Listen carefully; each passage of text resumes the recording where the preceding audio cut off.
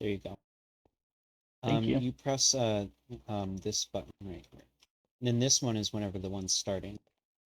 All right.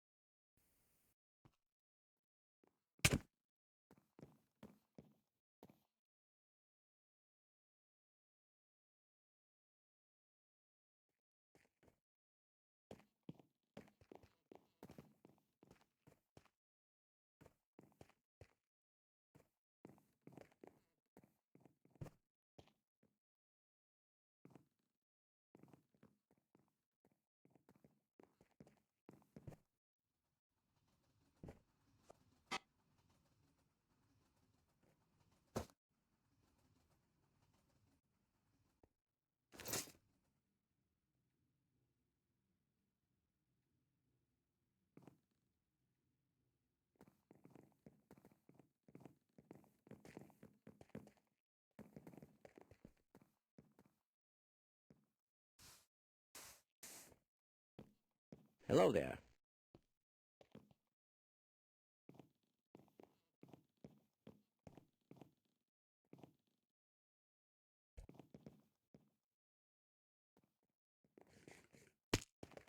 Do you know who ate all the donuts?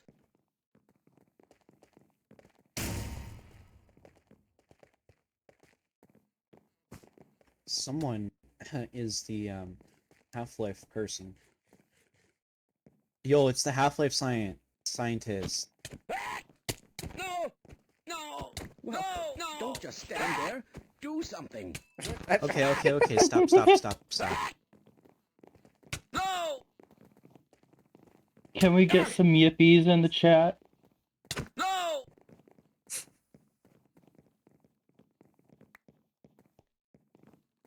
No! Well, don't just stand there. Do something. Because y'all can't stop. Is anyone else getting hungry?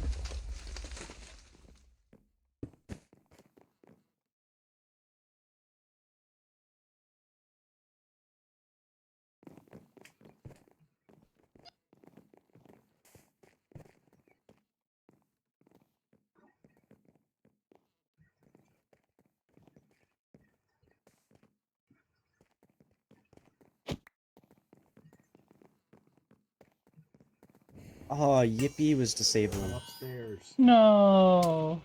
There Sad. you are. Oh, did you? How did you get up there? How did you not see me? I would just. Okay, sure. I didn't see you. You teleported. I'll presume that. Perhaps. It's literally illegal. Hi. With the crime. Let me just see. Where's Death Lord? We've lost Death Lord again. This Lord is just. He's going on his own. Right, yeah, like I said, I gotta go to the bathroom, but I'll be right.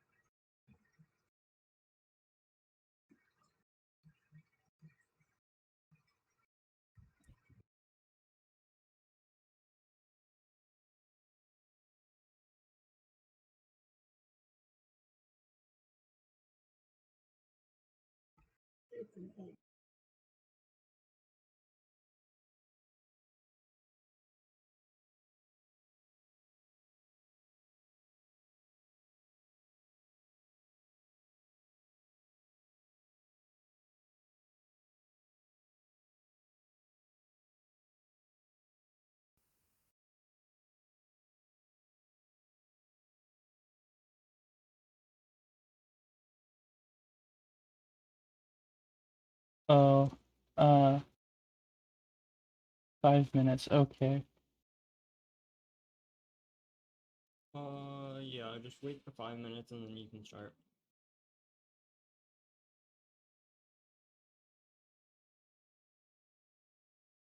Um, is anyone gonna be streaming this? Chris says reporting. Okay. Um,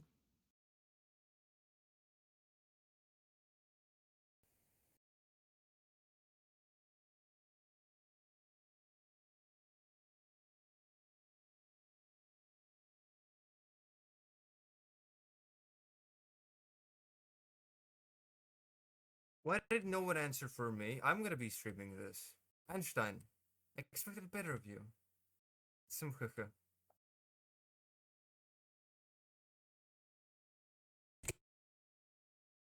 Right.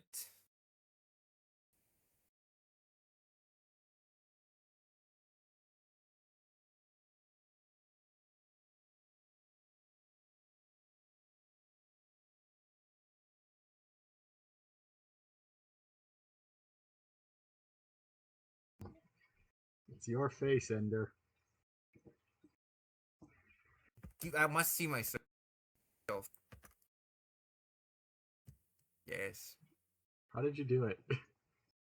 What? I didn't do it. Someone else gave it to me. What? There is a camera mod. After all.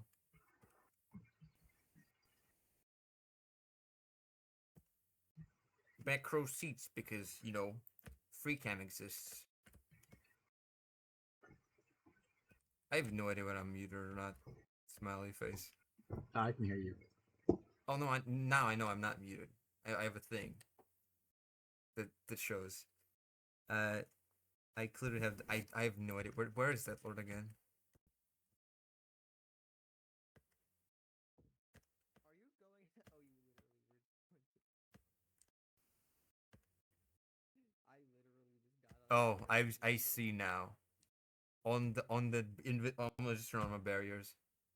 I turn on the barriers. Oh my goodness. Yeah, if you've ever wondered why we Gracious. don't have tomatoes downstairs anymore, no one could reach the stage. We'll fix.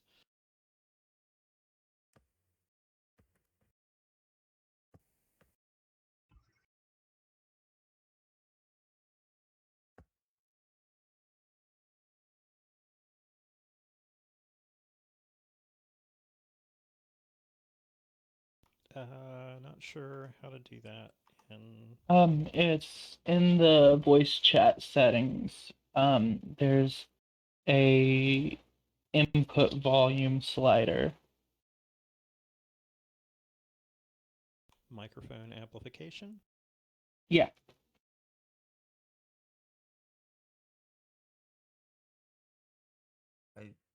Do I sound good? This is plus 30. How's this?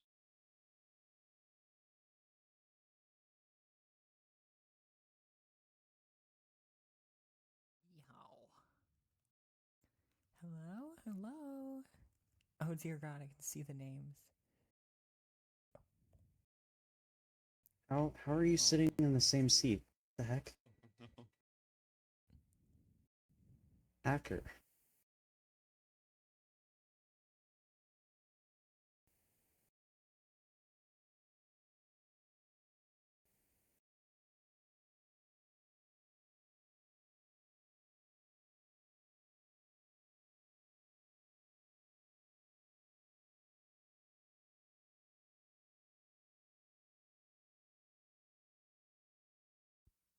I'm just really quiet right now. Yeah, I can still adjust my volume if people need, but Mm-hmm.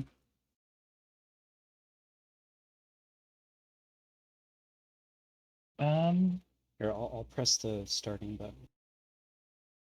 Okay, we should be good to start. Um,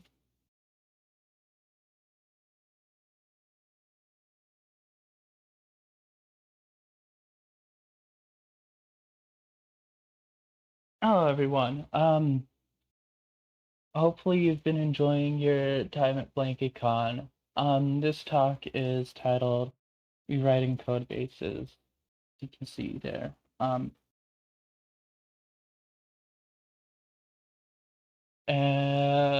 Rewrites are an inevitable part of programming that everyone does eventually. It can be overwhelming, especially in the beginning of it. We're here to tell you to help you get past that initial hurdle and succeed in your goals. now we're going to do something a little weird today. If you're recording, you can stay where you're at, but if you are, we're going to take a head count. If you're actually considering a rewrite or in the middle of a rewrite, go ahead and sidle over to Cyberpunk, and if you're just here for fun and curiosity, go to Solarpunk.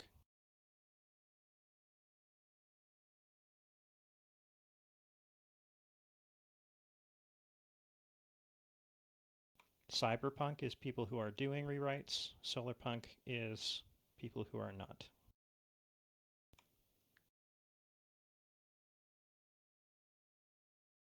Yeah.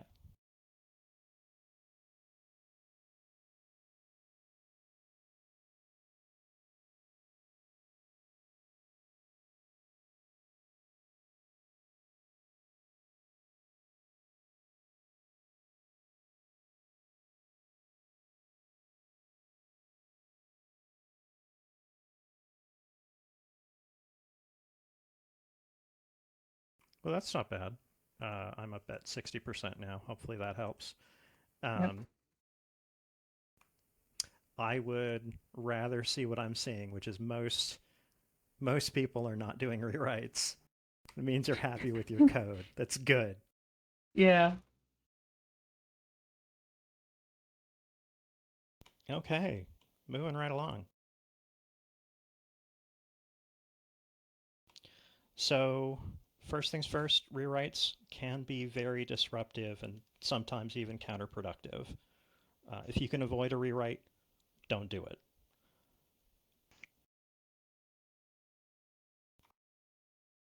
It's a lot harder to read code than write it. All code's going to look uglier 6 months from now. It's just how it is. And it can be a little unpleasant looking at your past self. A lot like hearing your voice recorded. It might not actually be as bad as it looks to you.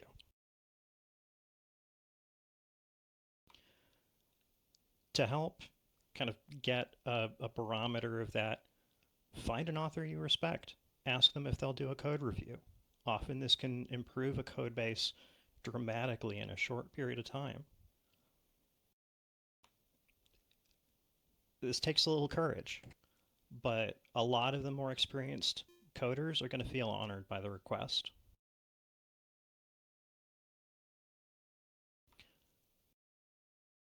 Okay, my line mix and qualification. Please save your questions for the end. So a good thing to ask yourself is, can incremental upgrades improve the code base? Try making each part of the code easier to read every time you touch it. The point where you can no longer avoid a rewrite is going to be when you can't honor a feature request that you want to do or solve an issue that you want to solve. Slides are broken. Slides are broken? It should work. Can you try again? Yep, slides are broken. Uh-oh. Give it a sec.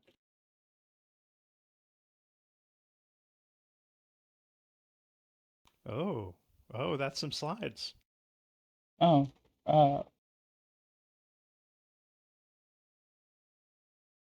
there it goes. Uh, that.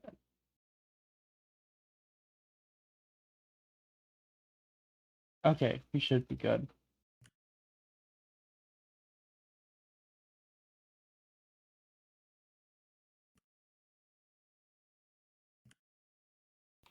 Okay.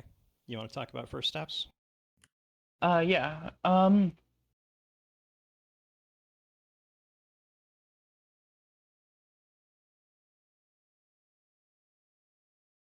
Planning is probably the most important step in a rewrite. If you don't have a concrete plan, you'll fall into the same trap that caused the rewrite. So like, um,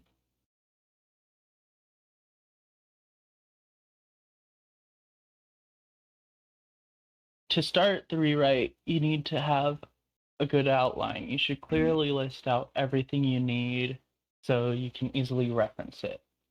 It should look like a code cookbook listing out everything you need, how they go together. Like a cookbook, later steps should build off the earlier ones.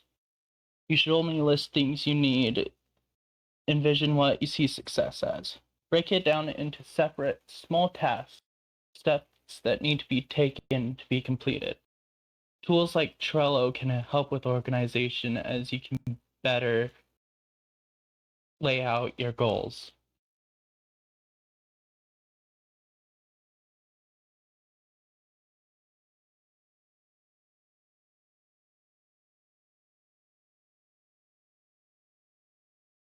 It's really important at this step to forgive yourself for whatever you've written. You know better now, and that means you, in the past, had the ability to grow and get better. Good job. You can fight code clutter, or you can fight yourself. You can't do both. If you need to step away for a while to get in a good headspace and make the work sustainable, do it. The code will still be here tomorrow. Like it said, it's also important to know what success is going to be. I've seen a number of rewrites stretch on forever because the requirements change or the authors are still not happy with the code. It's me. I'm still not happy with the code. Or it's just unclear when rewriting stops and maintaining begins again. Or you just forget steps that would make your life 1,000% easier down the road. So before you start writing code, figure out what your requirements for success are. A plan doesn't survive the first contact with the enemy. You're going to flex that plan hard, but never forget what victory means to you and flex your plan accordingly.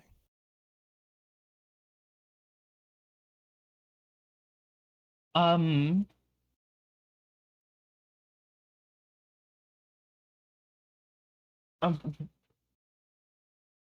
avoiding cluttered code is the biggest factor in maintenance. It can be the life or death of a project, and it can contributors from your project. Now, what exactly is cluttered code? We're gonna loosely define cluttered code as code that's hard to follow, like poor names, recursion, or other things. Not everyone can agree on a definition, so we're gonna go with the bare minimum. Tell of cluttered code can be having a lot going on in a small area. If you have a function that does a lot of things, like, oh, it checks the database for something, then sends a change to a different part of the database. That's not good if they're unrelated. A function should be small, like a haiku. It, it's small, readable, and does a lot of the heavy lifting. Poor naming is also a contributing factor. Have you ever seen a variable named a single letter and struggled to figure out its usage? It's hard to find meaning in something with a meaningless name. Names should never do things other than what they say. This is seen often in code bases that have changed a lot. You should put in the effort of changing the name when necessary, as it relieves the burden later down the line. In generics, you should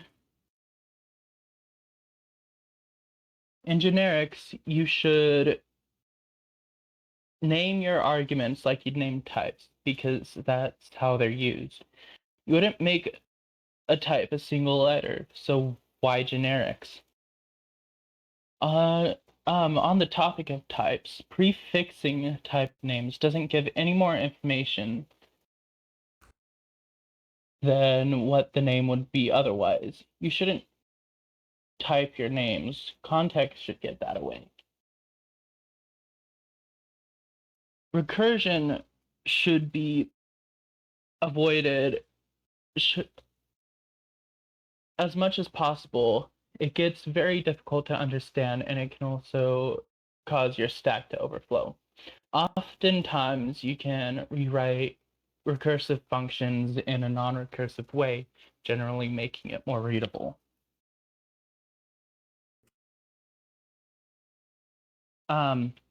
Excessive nesting should also be avoided. You can use early return patterns that return when there's conditions you don't want rather than checking for the conditions you do want. Nested loops can often be extracted into their own functions as well.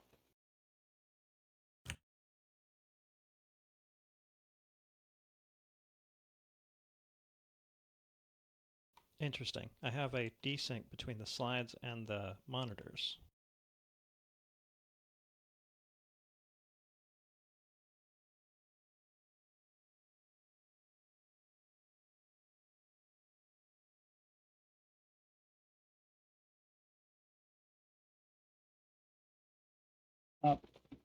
Oh boy.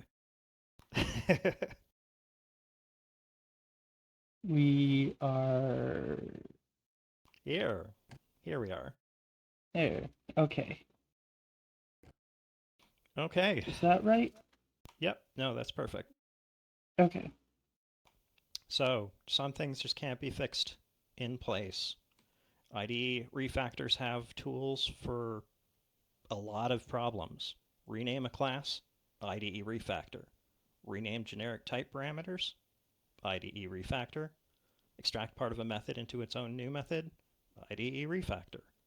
A lot more stuff can be fixed in place. Invert conditions and early out to reduce nesting, refactor. Turn a recursive function into a work queue, refactor. Big method bogging you down, refactor. But some things you just can't. Type coupling, if things are named poorly in a way that implicates separation of concerns or program structure, if you have data-centric code but the schemas don't really fit, excessive cleverness, and most importantly, just if you run into player issues, like a GitHub issue in your issue tracker, and you want to solve it but you can't, that's a sign that your code may unfortunately need a rewrite.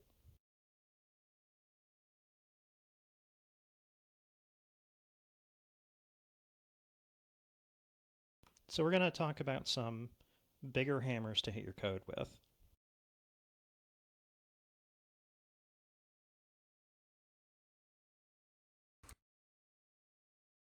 This is not a mnemonic.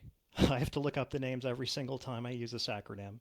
It's old and infuriating, and it makes really good code. I'm talking about solid.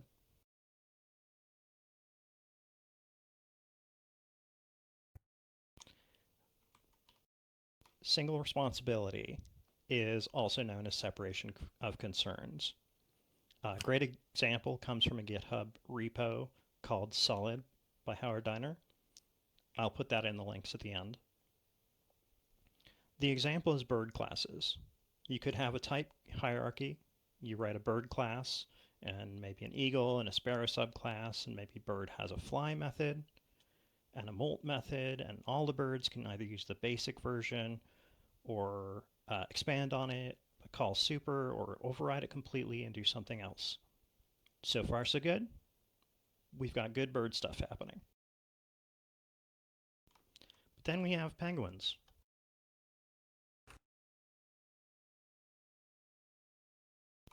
Penguins can't fly.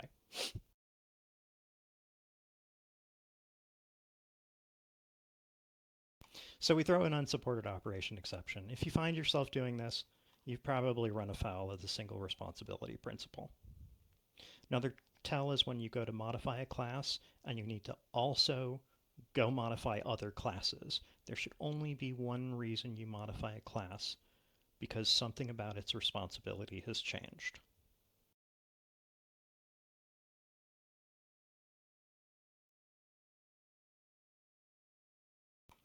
The open-closed principle. Don't remove API. Objects should be closed for modification, but open for extension. I'm not that draconian about this in implementation classes, but it matters a lot when you have an API package and other people have to interact with your code in a well-defined way. You can add objects and methods, but take a minute as you do, because you don't ever want to remove API when you add it.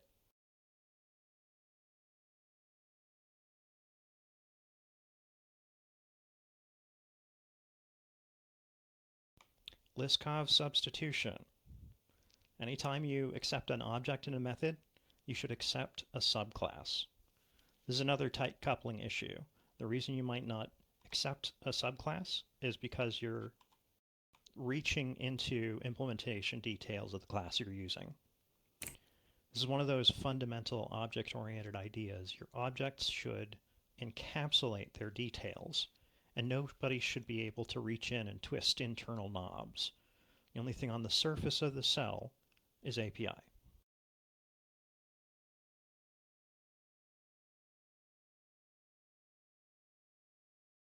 Interface segregation. I told you these would be hard to remember. Don't make people implement interfaces they don't use. Think cited inventory for non-cited inventories, Mojang. Seriously, like the flightless bird example above, this can be a single responsibility or separation of concerns issue.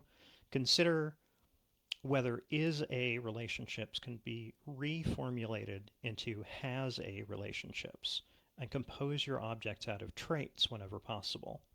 A bird has the ability to fly, maybe.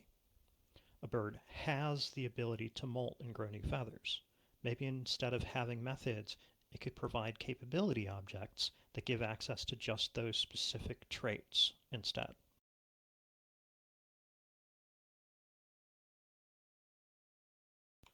Dependency inversion principle. This is a weird one.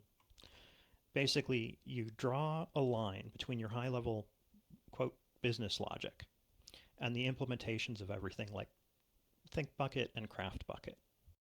Don't cross the line. General overview code should not be detail aware. This is probably hardest to learn and work with, and it's probably the most contentious idea presented here, but it can separate important parts of your mod from, let's say, Minecraft details that can force drastic and unpleasant changes to it.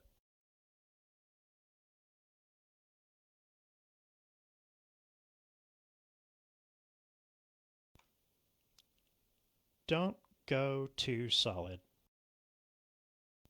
I'm also going to link this. This is Enterprise FizzBuzz, and it's horrifying. It's the most solid code I have ever seen, and it is horrifying.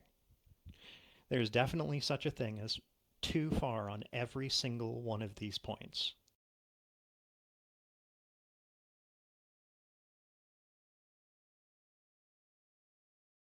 The next acronym is ACID, which is a good mnemonic. It's important for anything transactional. So for simplicity's sake, we're going to talk about a project bench, where some items are shown from the inside of the bench GUI. Item transfer extremely transactional. Atomicity when you pick up an item stack, you should never see the partial progress. Like you get the name but not the count or something like that. Either the whole item stack was picked up or none of the item stack was picked up. At any time a change is made, both sides of the transaction should be in a consistent state. For instance, the item transfer should only result in any of the required mark dirty calls being made as part of the transaction, because otherwise the call was not consistent.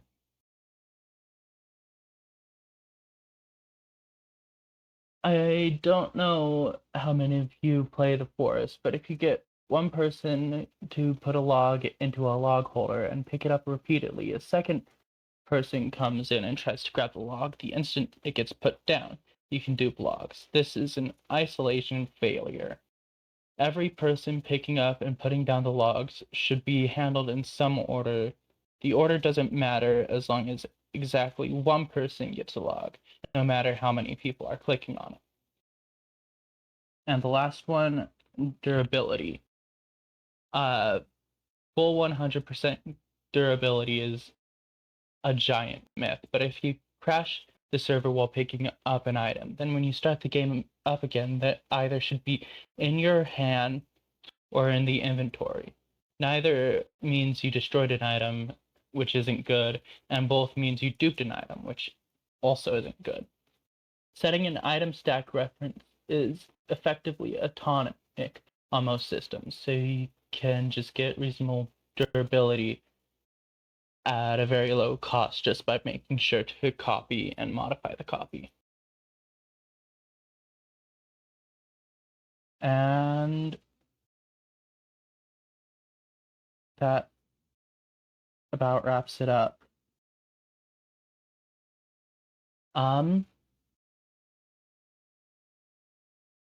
So let's go for questions.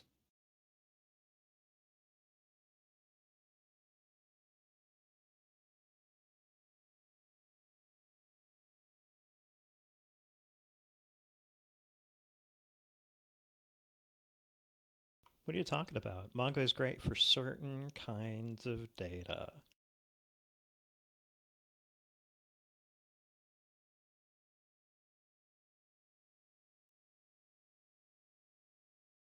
MongoDB is nice.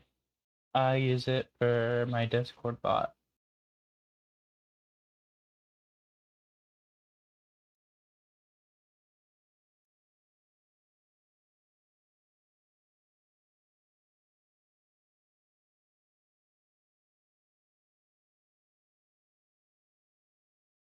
Anonymous asks, what did the C stand for? C in ACID was for consistency. Basically, anytime you make a change in your transaction, it should leave everything in a proper state. Can whoever's on the stage get off the stage? I've got one of those.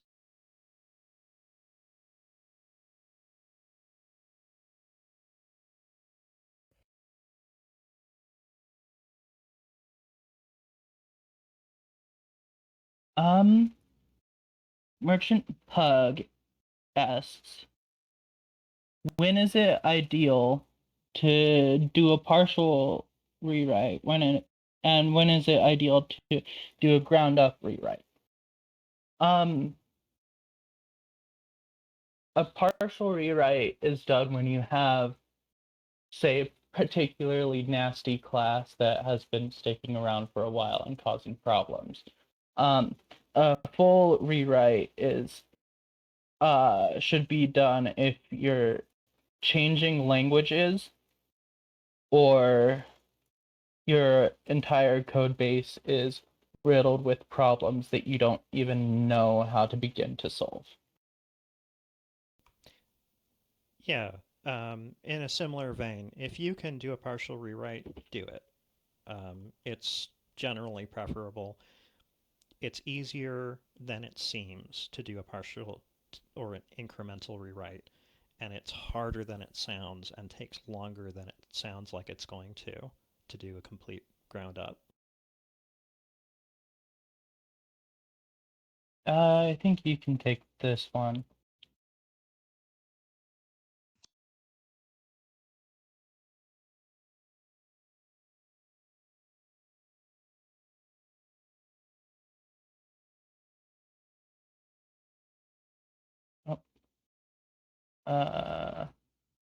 Oh. I'm not good at working this thing. Oops. Someone asked for an example of excessive creativity. And this is really difficult to explain. Yeah, I think I hit the green smiley and then I hit another thing that said show. Yeah, you only hit the green smiley. Okay. This is something I find a lot of times that literary writing advice is very relevant still in programming, especially since programming is such an expressive medium. So the idea here is to kill your darlings. You have something that you're really attached to, but it is too clever and it's causing problems. It's important to recognize when something has too many maybe moving pieces or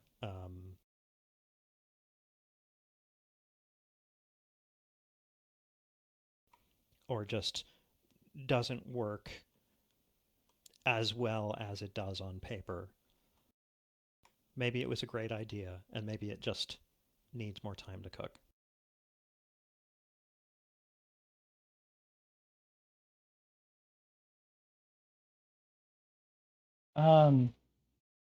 Anonymous asks, could you give an example of a code rewrite that you guys have done that follows the aforementioned principles? That's a good one.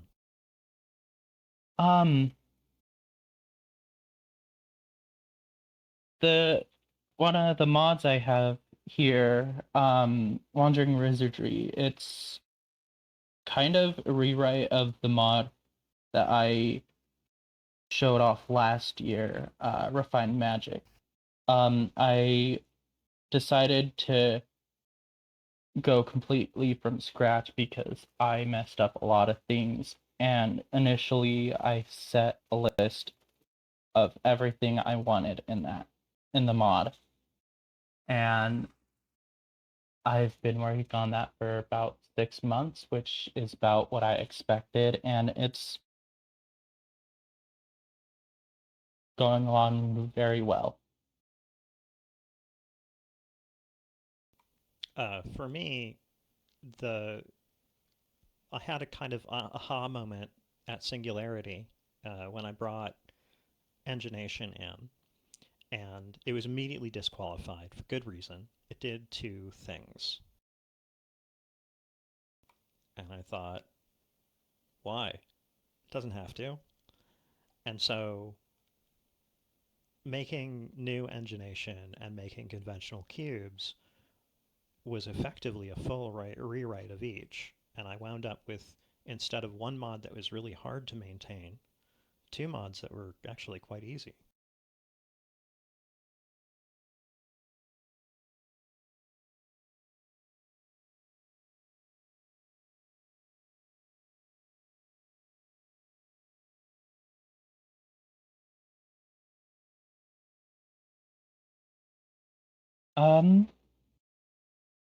Should you always consider the most generic version of unique mod functionality for API use beforehand? I don't think so. Like you can do things to set up your mod, but if you go too far, you'll get into abstraction hell. Mm-hmm. Totally agree. There's something I didn't go over was dry and wet. Dry is the ultimate expression of this question. Don't repeat yourself. You design something perfectly and write it once. That's also an idea that you should modularize, that everything you write, if you find out that you want to repeat yourself, you don't. You split that off into a subroutine instead, and you use the subroutine. I am a fan of a variant called wet, or write everything twice, where you just write it so that it works. Let's face it, sometimes it's all any of us can manage. And when you realize how your code behaves in the real world, you're going to have to rewrite it, at least a little part of it. And at that point, you know what all of the unforeseen consequences are. You can write it right. I like that one, though. Anonymous asks, what do you think of React? I hate it. I Same. absolutely hate it. I've touched web development with React, and it is very painful.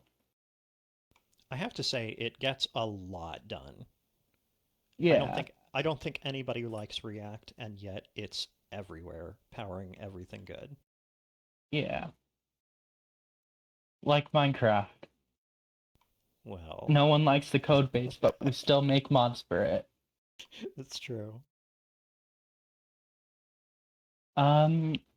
Anonymous asks, do you have a rule of thumb for how long it should take to do partial rewrites until it's not worth it anymore?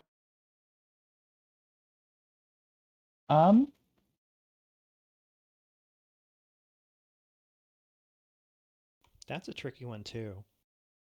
It's Especially largely. You can go first. It's gonna be different for everyone. Unfortunately, I hate saying that, but I don't have a good one size fits all answer for everyone here. I think it depends on what you're rewriting. If you're rewriting, say, the code for a block, that's obviously gonna take much shorter than rewriting a network handler. This also kind of feeds into one of the earlier questions, like where's the cutoff point, and it really becomes like when it's no longer sustainable to do this over and over again. You want your rewrite to take less time than your repeated attempts to remediate the code.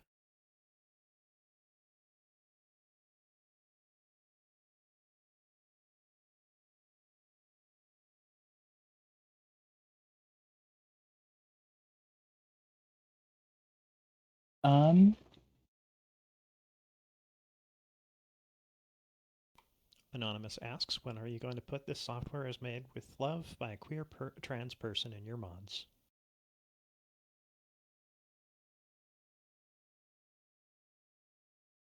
I don't know.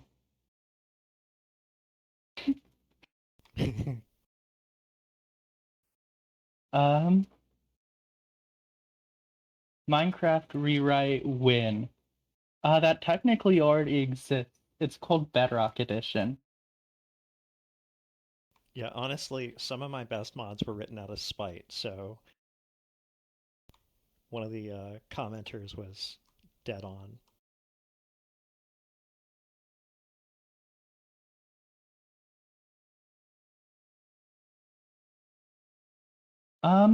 Would Java mod devs be able to review Kotlin code, or should I ask Kotlin mod devs? I'm rewriting my mod in Kotlin.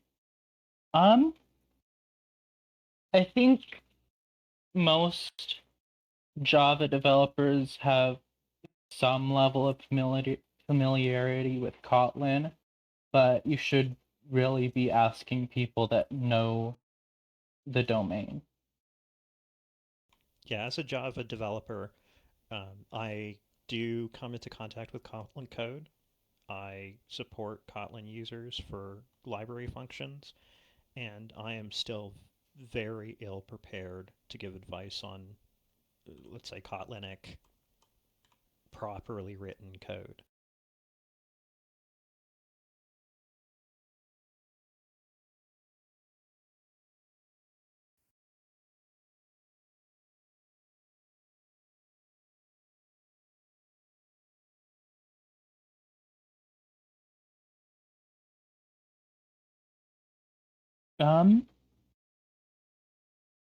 How/where does one ask for rewrites? I'm not really feeling too confident with my code quality.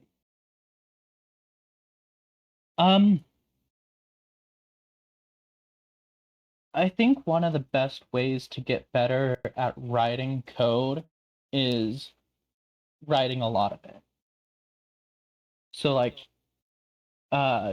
starting dumb projects that you know won't get anywhere will really help you learn how to manage your code bases better. Absolutely. I think if you want to ask, I would probably ask about code reviews rather than rewrites too. Yeah. Just because I don't ever expect someone to rewrite my code for me. But it would be nice if they could help.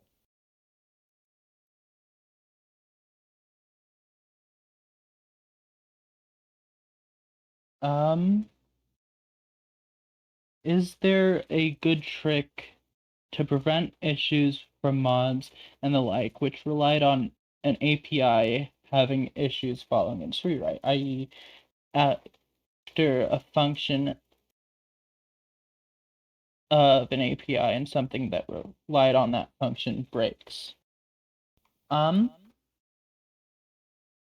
If So you're talking about making a breaking change to an API because you have to.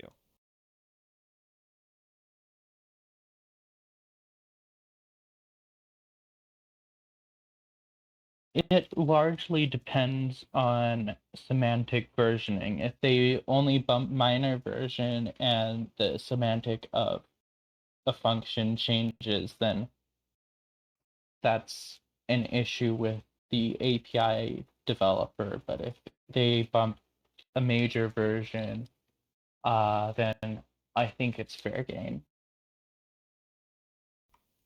Yeah, I think as developers, maybe we should get in the habit of arranging our sort of FMJs and QMJs to only go up to the next, just under the next major version. I see a lot of just, greater than equal to the version that we use, and that's going to get us in trouble. James is absolutely right, and this is my strategy for a lot of the Jenkson breaking changes that have happened over the years, which is pin it to a Minecraft version and make sure that that's well communicated, that people know this version of the mod is for this version of Minecraft, and that version of the mod is for that version and beyond of Minecraft. Good question. Are there things you would advise doing to make code future-proof? That is, to prevent a future rewrite?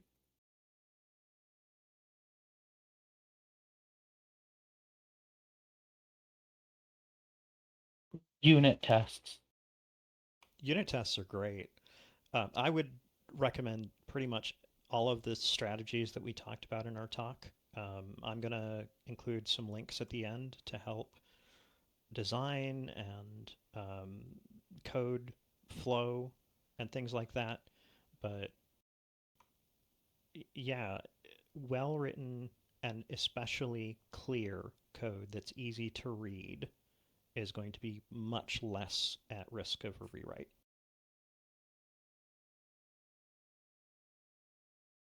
Are there any particular ways to practice things like killing your darlings or refraining from rewriting more than necessary?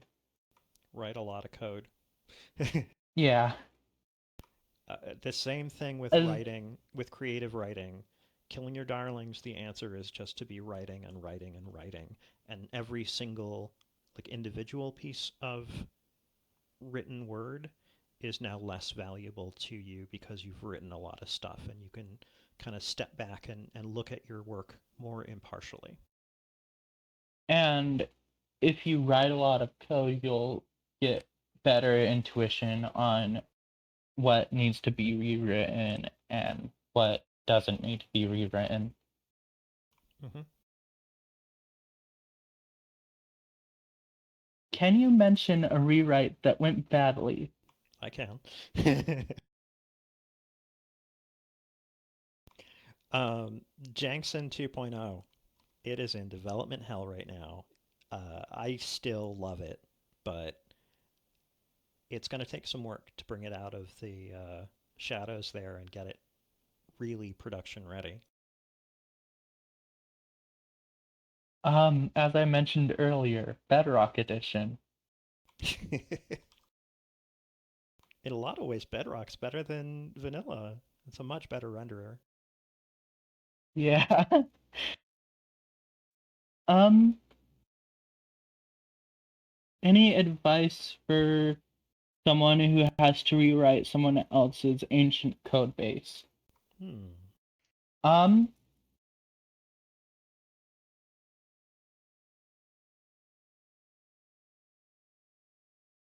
just figure out the functional. If you don't want to familiarize with yourself with the code base, figure out what it does and then implement that.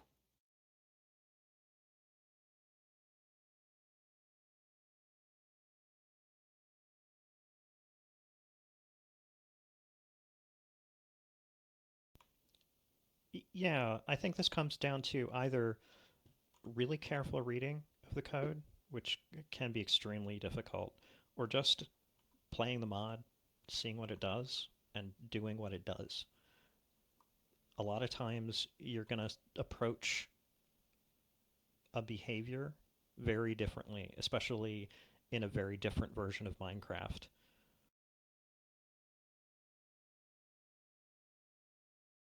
Yeah, If good your point. code Oh. Good point. See if you can evaluate why the original code is so messy too.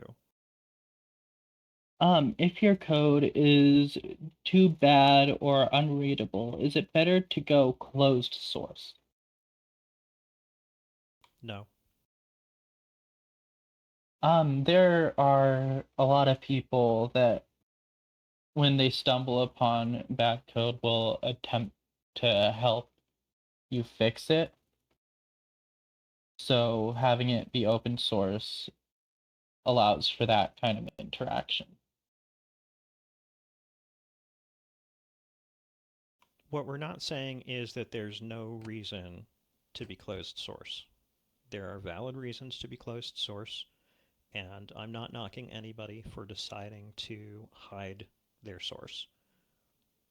However, don't do it because you're afraid that your code looks bad. I guarantee there's worse. There's worse in the JavaScript ecosystem. Yeah. Is even, which includes is odd. Oh boy. Which includes is number. Yep.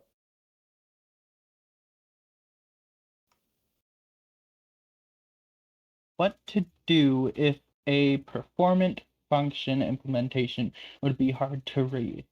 Is it okay to add a commented out readable version? I think that with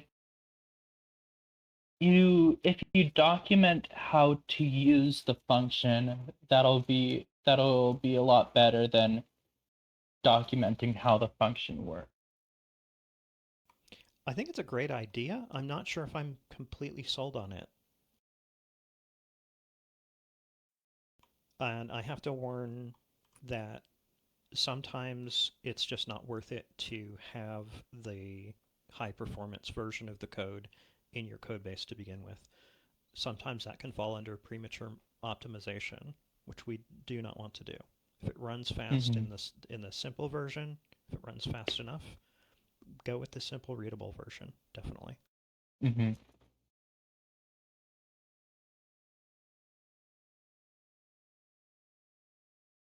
What part should developers consider doing first whilst doing a rewrite?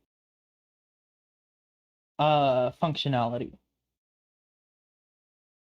Yeah, I mean, I think I would like to think that we covered it well in the talk, that we did, that we want to think about what our objectives are first, what we want to, functionality we want to reproduce, what our goals are, things like that. It's always going to be a planning step.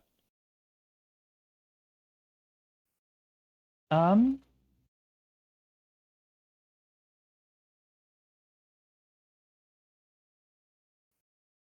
where are you seeing the boundaries of Minecraft development? Is writing JNI for a C++ physics engine, for instance, could be considered too much? Or are we meant to push the limits of Minecraft's base code? Java, if you can do it in Java, do it in Java, because it's hard to write code that uses two different languages. Hilariously, I've seen this happen. We've had Havoc Physics in Java. We've had this. Um, I agree, it's probably better to stay inside Java if you can, but I don't think that there are limits. Not really. It's just what we are willing to put ourselves through to be to look amazing. Do you think it's reasonable for an API to completely rewrite its code? Should this wait until the next major Minecraft update, or even then? Um, I think it wants to be a major mod version, just to telegraph to your users very clearly yeah. that you are changing things in a breaking way. It's a very difficult decision to make. I don't think that it's strictly necessary to do over a major Minecraft version unless you're Quilt.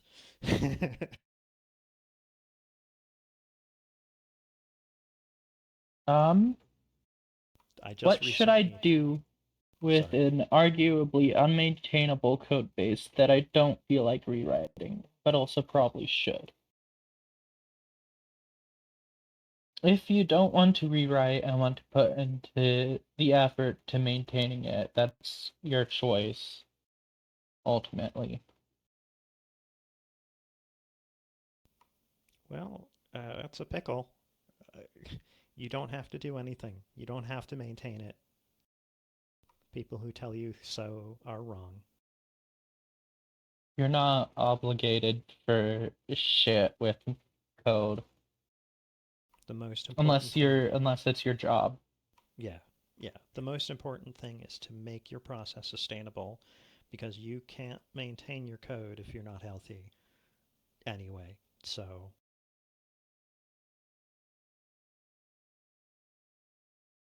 What if an API is non-existent?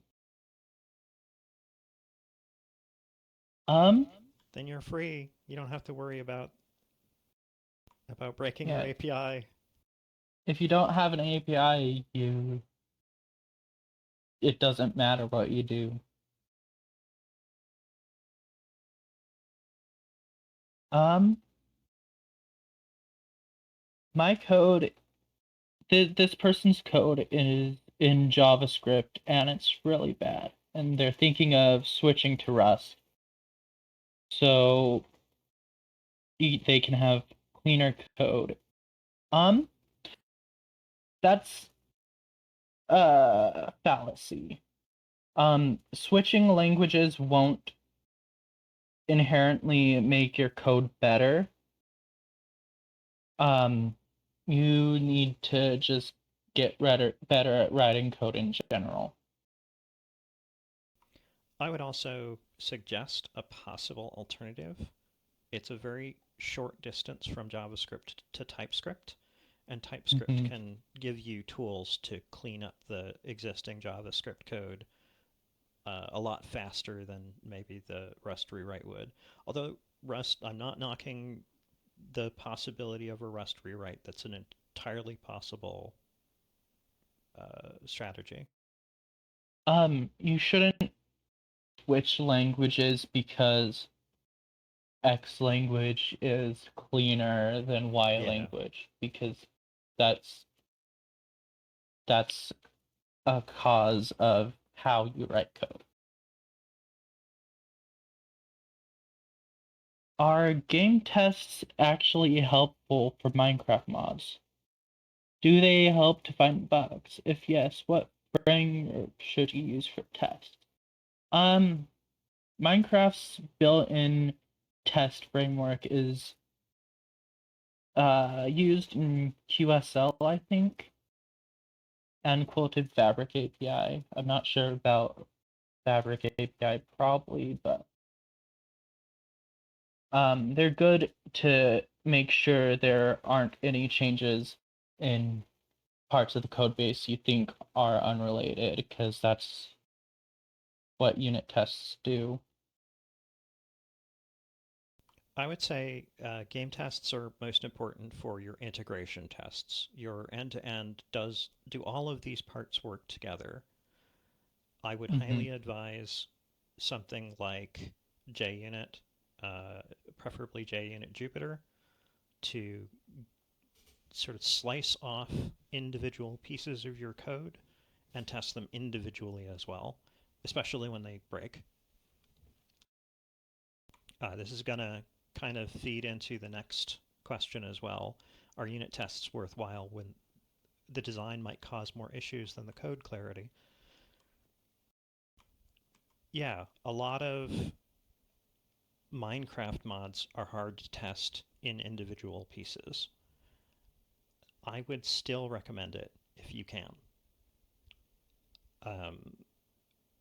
One thing that can help aside from JUnit is Mockito. You can just make an object and tell it, pretend to be the Minecraft server, and when you're asked this, do this. Go ahead, sorry. Another good practice is when you're writing out an API, write the unit test first, so you can make the API pass the unit test. Test-driven design. You stub out the code, let's say. You have a method, and then you write the unit test that verifies that the method works properly before it even works properly. And then you write the method, and then hopefully everything's good. If not, you find out right away before your API users get it. It's really nice. A lot of like top-tier shops do things that way.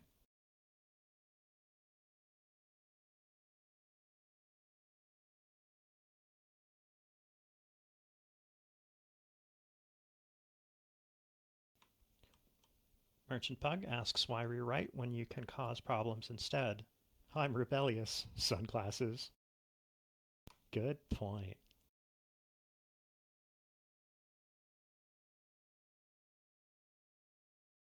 Mentioning unit tests, when should I start using them? I suppose that Can smaller someone projects... figure out how to stop the music? Is there? I have music turned off.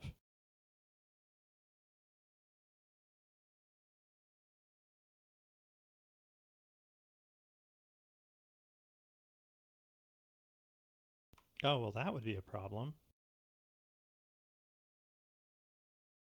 Yeah, 15 is not for music.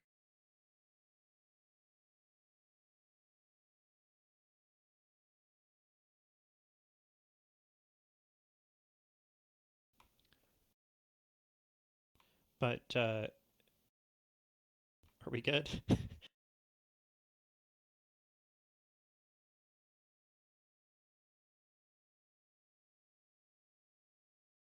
Okay. Okay.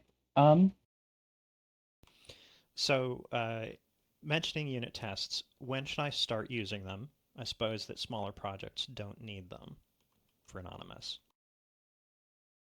I would say the more problems you run into, the more you need unit tests, period.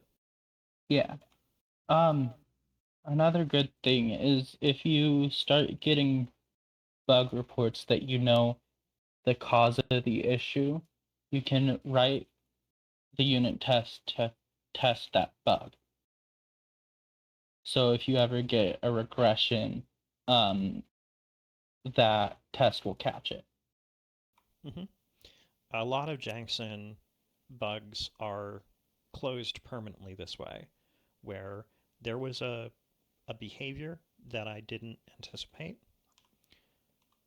The bug was fixed, and a test was written to make sure the bug was fixed. And now, every time I push code, the tests run, and the system notifies me that the bug was unfixed. Those are fun.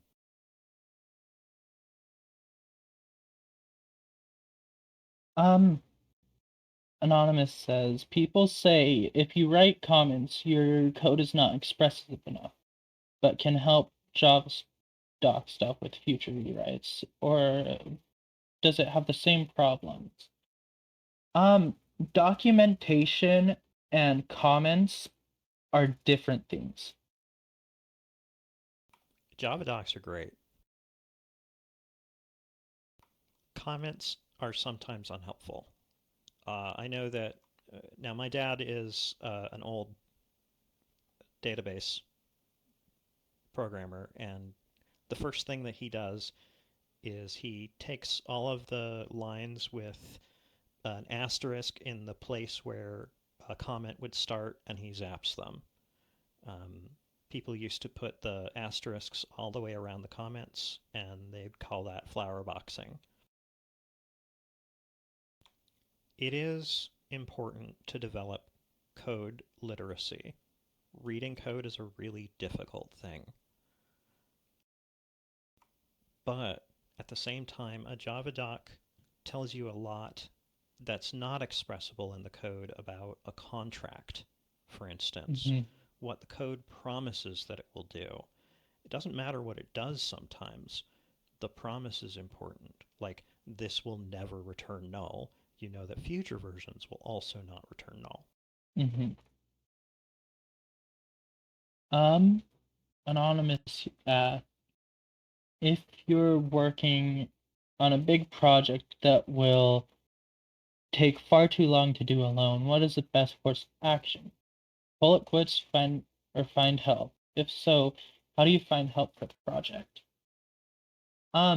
If you have friends that do software development, most of the time be, if they're free, they'd be willing to help you with that project. It's a hard problem. I would love to have help with Jansen, but can't always be done. If you Mm-hmm. can find help, that's great though. I've definitely wound up working with other modders and getting done things that I never would have gotten done myself. Mm-hmm. So even outside of just increasing your sort of code velocity, there are additional benefits from taking on other helpers. But at the same time, you gotta be wary of adding too many extra hands. There's a joke. What takes one developer 1 week takes two developers 2 weeks, which is a bit of an exaggerated example, but it does slow down development if you have too many devs working on it. Yeah, don't expect to gain an instant code velocity change by adding a developer. There are a lot of reasons to add one, but you cannot put 9 women in a room and have a baby in a month. That's not always how it works.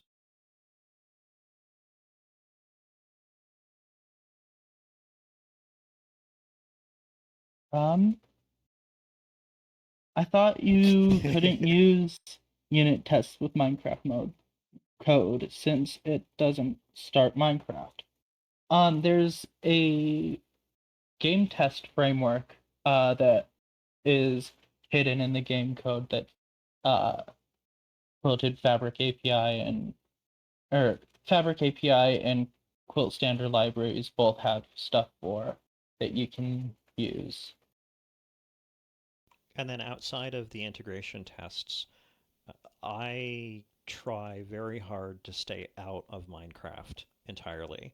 So for instance, if I'm writing an item transfer framework, I should be able to use large portions of the item transfer framework without ever touching Minecraft. Another good thing is mocking framework. Mocking being it pretends to be a thing. So you can write your tests around that instead of the real thing.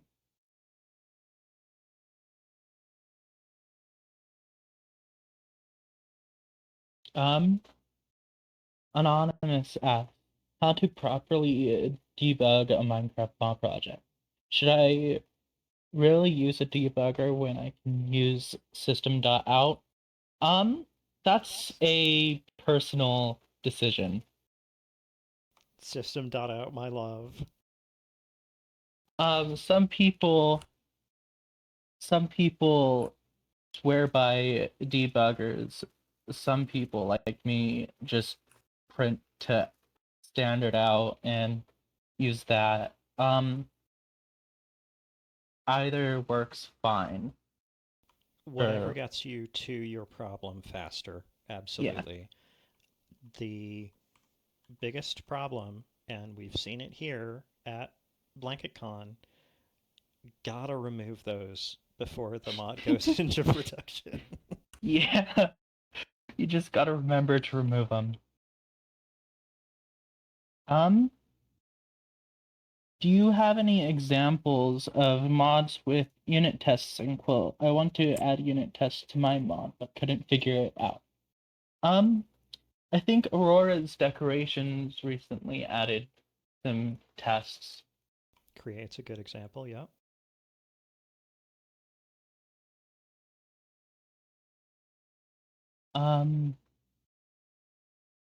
For a small project, how many developers do you think would work nicely? I find 2 is a nice sweet spot to stop roadblocks without overcomplicating. That's also another personal question. You gotta ask yourself what you're comfortable with.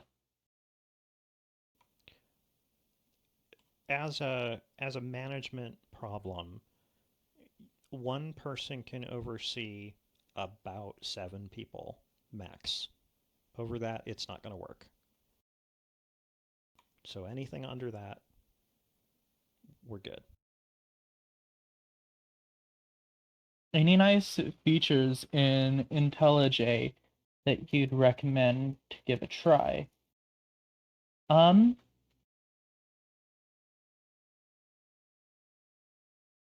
Gonna leave this to my co-host because I am a Eclipse diehard. If you use the IntelliJ, the one that the JetBrains runtime, I think that supports method addition and deletion with debuggers. Isn't there a Vineflower plugin now? There might be. There's also the Minecraft development plugin, which is amazing.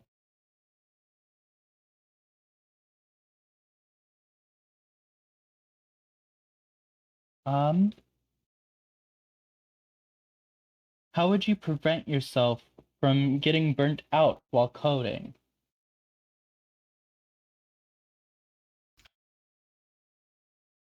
Walk away. Yeah. Seriously, walk away. If you're getting overwhelmed, step away from the code base for a bit. Look at something that isn't a computer screen, preferably Touch like a grass. plant. Touch grass, sure. Sleep, hydrate, everything. Just do all of the things that make you human again, or whatever you happen to be. Yeah. That looks like the last of the questions. I'll wait a couple minutes in case any more come in, Nope. but We got a couple more. oh.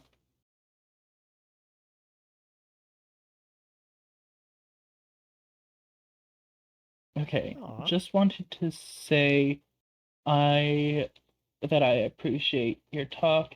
Very informative. Thank you. We were working on it like right up to the nose.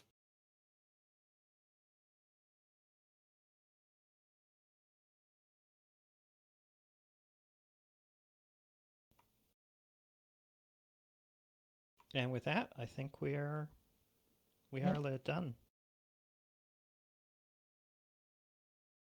Thanks for coming, everybody. Yeah, thanks for coming.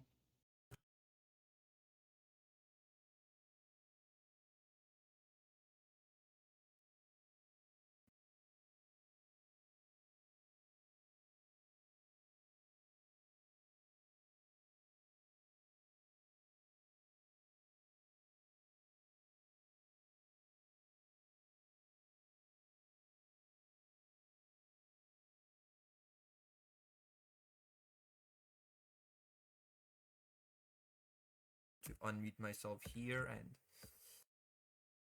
Where sounds coming from? Oh. Okay, right, fine. What is that? I'll wait. Hi, hello. What is this thing? Where's that lord? I belong over here on Rewrite's side. Someone was giving out secret book. Merp, are you dead? Merp. Valkyrion. No, I'm working on my. Okay. Yeah. Are the like original offer of Junction? It's like the because the package name is like Blue Endless Blue or something. Yep, that's my domain. Oh, I see. I didn't realize it, but I actually use your package in production right now. Nice. Hi, Amy. Hi, Amy. Yeah. Hi, Amy. Completely random. Hi, hello. Had no idea you exist. I was so Wasn't, like, you know, anxious the in this entire community. time. Oh, thanks for making it. Alright, I'm going. My right, full Merp. deal is data transformation, so. And Oh, like really? I needed a config format, and I was using JSON, and JSON just like refuses to enable. Oh, what? Refuses to I'm trying to see if enable there's a way to pick you up. But no, I'm like loose Thank you. mode, like accepting comments and stuff. interesting. Right, yeah. The comments are definitely like the thing that swayed me over, because like I also like writing comments in my config files sometimes, and it's just like, well, why don't you parse this? Lenient JSON parsers are nice. Yeah, I mean technically it's JSON 5, right? Like it's like JSON normal I'm almost JSON done, doesn't sorry. accept them at all. Yeah. But like most parsers don't really The consider its creator of existence. JSON never wanted it to be used how it is today. Right. It was Really? meant for like quick serialization to Okay, send there we between go. server and client. Right. I mean, yeah, that makes sense, I guess. Hi, hello. And Hi. so I found Alright. Do you I want found to head to the city? HJSON, and Huh? You want to go to the city? Sure. so for a while I do have was to leave in like short amount of time, No. but I'll be back. So many things happening. It's fine, I think. oh boy. For a while I wanted to Alright. accept kind of as many Tater, quirks tater. as possible, and then JSON 5 came Mhm. along, Let's and go, it let's was like go. all the quirks I wanted. I have to put on my movement boots. Quilt has a JSON 5 library now. It is strictly by the book. Hmm? It's strictly by the book. Ah. And it's a little bit harder to do things like serializers and deserializers. Use quote config with Boxbox, which uses quote JSON 5. So Uh, someone make a colors API. Make something where I can pull a color off of an item, and I will support so many colors from everything. Regarding regarding Junction still, how do you like? What's your preferred usage? Because like I mostly use it for deserialization, right? But then like if I try writing it back by basically if I deserialize something right into a class and then try to serialize it back, obviously I lose all of the comments. Is there like any? Do you have any strategy for like preserving the comments when you want to write things back, or? That's something that I hope to address in 2 a lot better, because it is possible to basically take your default JSON and pour your new JSON back into it, like the values, but preserve the comments that were loaded. Mm-hmm. But it's a bit of a juggle, and it's really hard to do. Most people I've seen aren't doing that. With my config language, I strip out comments and type hints altogether. I mean, I was considering like doing things like preserving the original JSON and then like just writing back into that, but then obviously that creates problems with things like arrays, for example, right? Like what if something shifts in the array and like suddenly the comments are all in the wrong place, right? Yeah. Yeah. Okay. Well, Um. I'm glad I'm not as silly and that this isn't a solved problem with like No, this is not an Johnson has hidden easily. somewhere in its Yeah, Quilt API. config solves it by having a comment annotation that you put before fields. No, that's not what we're talking about. We're talking about loading up a user JSON into an arbitrary Pojo. JSON. I'm not completely Oh. Right, into maybe Okay. a Pojo config file, but the Pojo then does not hold the comments. A way I can see it being solved is keeping track of the file that you loaded it from. So when it gets rewritten to that file, you can just copy over the comments. Right. I mean, the way that you can do it and it actually gets done is you preserve the JSON object for your loaded file. You ask Marshaller to turn it into your object, but you maintain the reference to the JSON version. And so when you reserialize the object, you dump it on top of the old object, and then you have the comments still there. Right, I guess you could keep the reference to like every single of the nested JSON elements in the object that gets deserialized into, right? That's actually an interesting idea. As in, like, you don't just store the JSON once at the top level of like, whatever you deserialize, but like if you deserialize your base config file and then inside of that you have, a bunch of objects in an array, for example, then every single one of those objects in the array, when deserialized from JSON, it gets converted into a JavaScript object that then itself also stores like the specific JSON element from that array, which would then, I guess, preserve the comments when if you took that into account. Does that make sense? Yeah, and it's not ideal. Let's no, try certainly not. But for 2, I want to find a better way. Yeah, I mean, I guess you could delegate all of this functionality to like a wrapper class, which, well, as I said, like the Marshall, right, like could keep a reference somehow, but yeah, I mean, I guess this could work. Is Junction 2 like already out on GitHub somewhere or GitLab or whatever? There is an alpha on GitHub, and it's pretty much just deserialization at this point, with few of the quirks implemented. It's not really. Don't put it into production, please. Okay, no, yeah, I generally tend to avoid putting alpha software in production, but Yeah. thank you. Earth? But yeah, that's. I don't know. I might actually end up looking into this, the whole deserialization thing, because this is a problem that's like been on my mind for a while now, and like it's one of those things that just like it's there in the back of my mind, but like I never properly tried to solve this just because I didn't really have any ideas for how to solve it. But yeah. One thing that might help is that everything into the whole document model is tagged as like default or not. You can actually tag stuff as default values.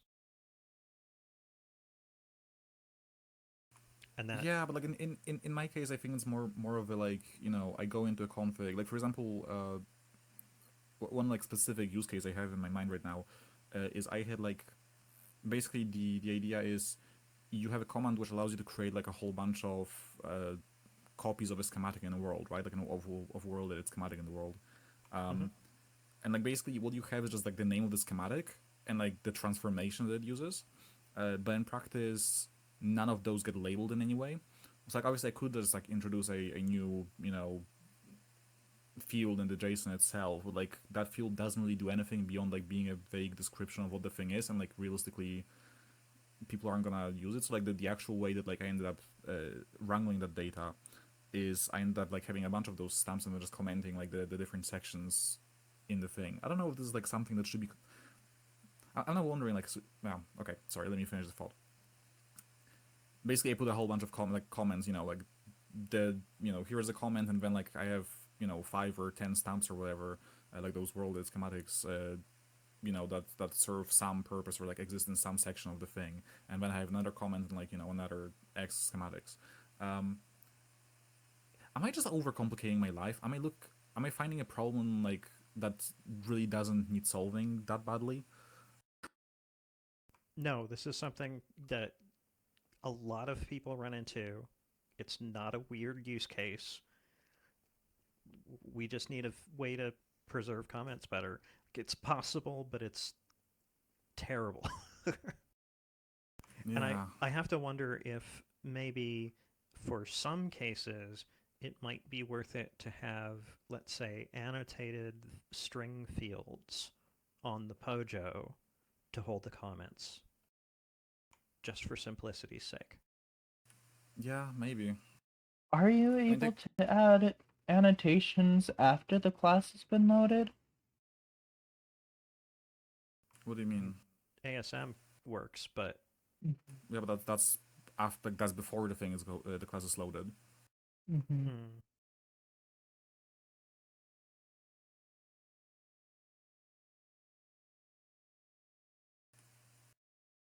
Whoop.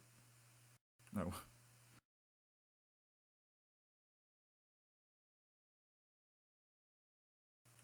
Sorry, Yeah. I got a book. Yeah, same. It just has some coordinates in it. Oh, that's not what I got. Oh, really? I got a book called Secret. Oh, okay. Yeah, What does I have it no say? idea. Well, it says 290 space 32 space 46.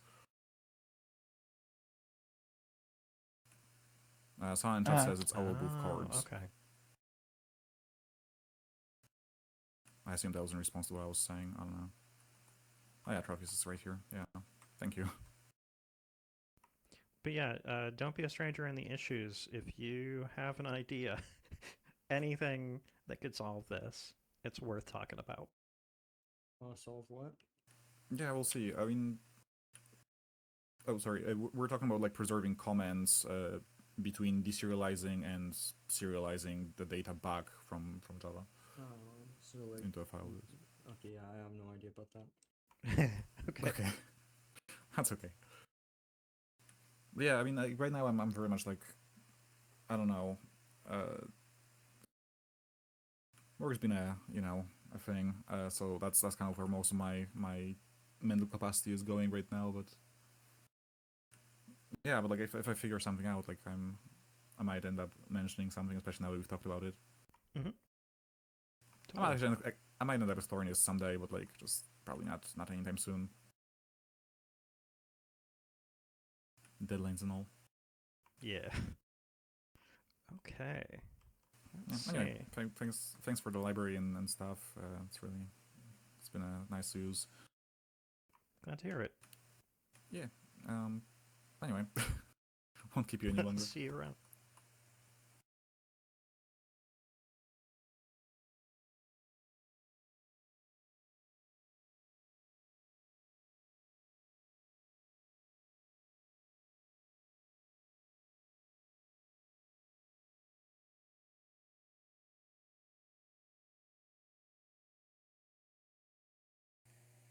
Also, what is solarpunk? It's uh, it's like it's like more natural focused. It's more spread out. Hmm. I'm trying to like imagine like solar machines or something. I don't know. It's kind of the vibe I get from the word. I'm failing to imagine those, by the way.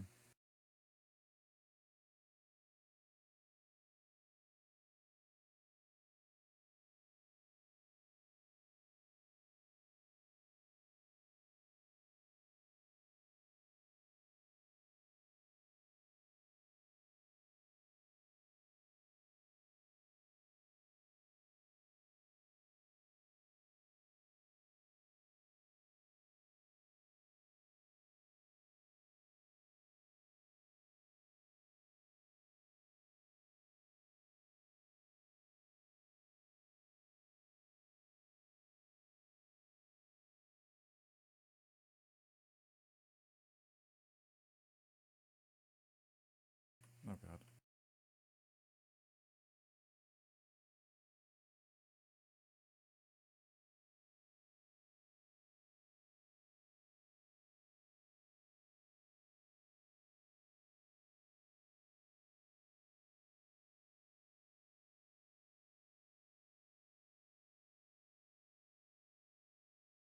Joe?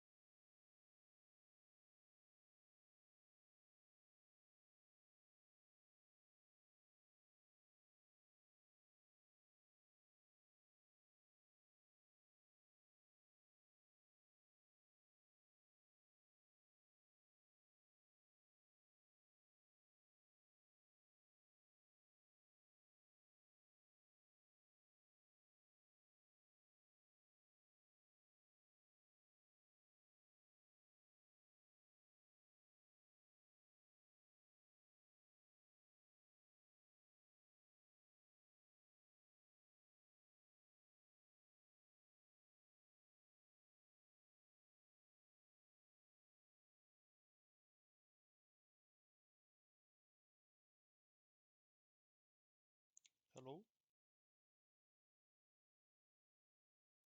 Could everyone who's waiting here just like go outside? We're kind of gonna use the space for a bit.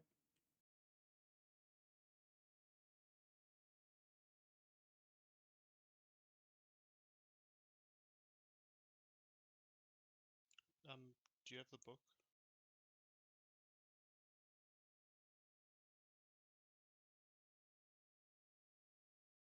Oh, I thought I gave it to you. Okay, give me a second.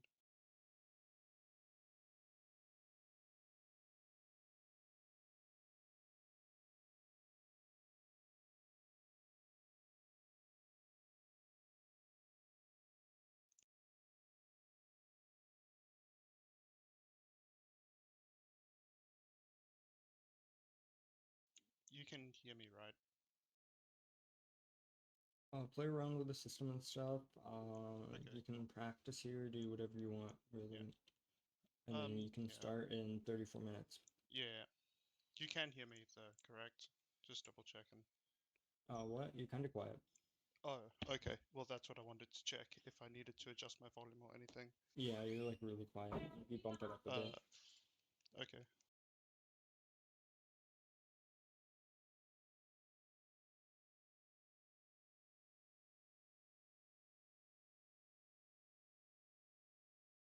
Is that better?